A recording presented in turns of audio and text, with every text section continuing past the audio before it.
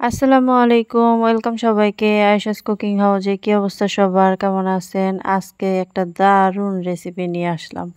খাঁড়ি ভালোবাসার তরকারি নিয়ে আসলাম। গরম গরম ভাতের সাথে মেখে খেতে কি যে দারুণ লাগে কি আর বলবো।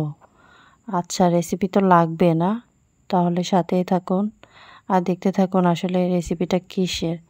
এই যে আমি নিয়ে নিলাম রেসিপিটা বানানোর জন্য মূল উপকরণটা। আর সেটা হচ্ছে কি বলেন তো? শাক।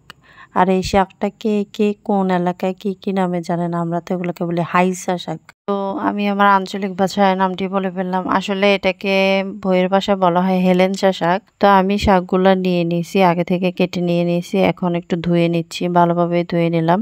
হয়তো ক্যামেরাতে ভালোভাবে দেখাতে পারছি না। তো আমার শাকগুলো ভালোভাবে ক্লিন হয়ে গেছে। আর শাকগুলো দিয়ে আমি কি রান্না করব সেটাও দেখিয়ে দিচ্ছি। এই যে আমার ফ্রোজেন করা কাঁঠালের বিচি ছিল। আর এখানে দুটো আলু কেটে নিয়েছি আর নিয়েছি কাতল মাছের মুড়ো মানে মাথা।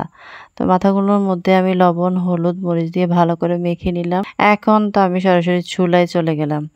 এখানে আমি ৩-৪টে পেঁয়াজ আর ২টো রসুন কুচি করে নিয়েছি আর সেগুলো লাল লাল করে ভেজে নিয়েছি। আচ্ছা, পেঁয়াজ ভাজতে একটা কথা বলি। এরকম হাতা খুন্তি দাম দিয়ে কিনেও যদি এরকম হয়ে যায় তাহলে কেমন কষ্ট লাগে বলেন তো?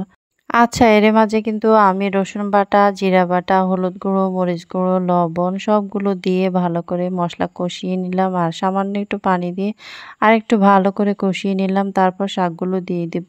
আর শাকগুলোকে হালকা একটু নেড়েচেড়ে ঢাকা দিয়ে দিব ১ মিনিটের জন্য, মানে যতক্ষণ না শাকগুলো একটু নুয়ে যায়। তো শাকগুলো যখন নুয়ে গেছে তখন আমি ঢাকনাটা তুলে আবার অনেকক্ষণ ধরে একটু নেড়ে ছেড়ে মিশিয়ে নিচ্ছি মসলার সঙ্গে।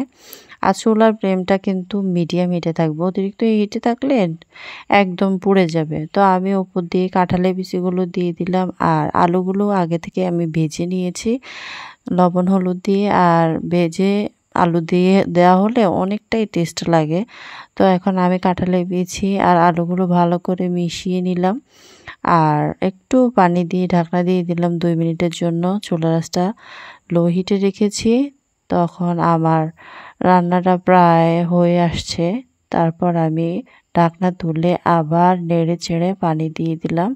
সাথে কয়েকটা কাঁচামরিচ ভেঙে দিলাম। আর মাছের মাথাটা আমি অফ ক্যামেরায় ভেজে নিয়েছি। এখন মাছের মাথাটাও দিয়ে দিলাম। দিয়ে একটু নেড়ে-চেড়ে আর ঢাকনা দিব না এখন। হাই হিটে রান্না করে নেব।